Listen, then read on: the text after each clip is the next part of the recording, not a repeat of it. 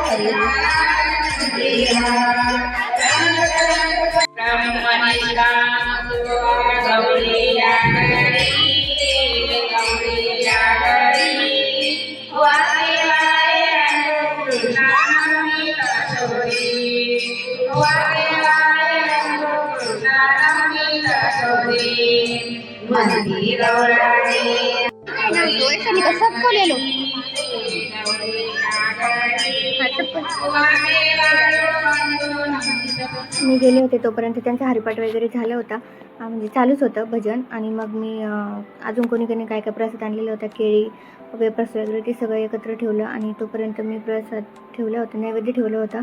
विठ्ठल रुक्मिणी आणि गणपतीचं मंदिर आहे आमच्या इथे, तर तिथे प्रसाद वगैरे ठेवला. आणि मग नंतर सर्वांना बसवलं होतं प्रसादासाठी. तर आजूबाजूची लहान मुलं अजून मंदिराच्या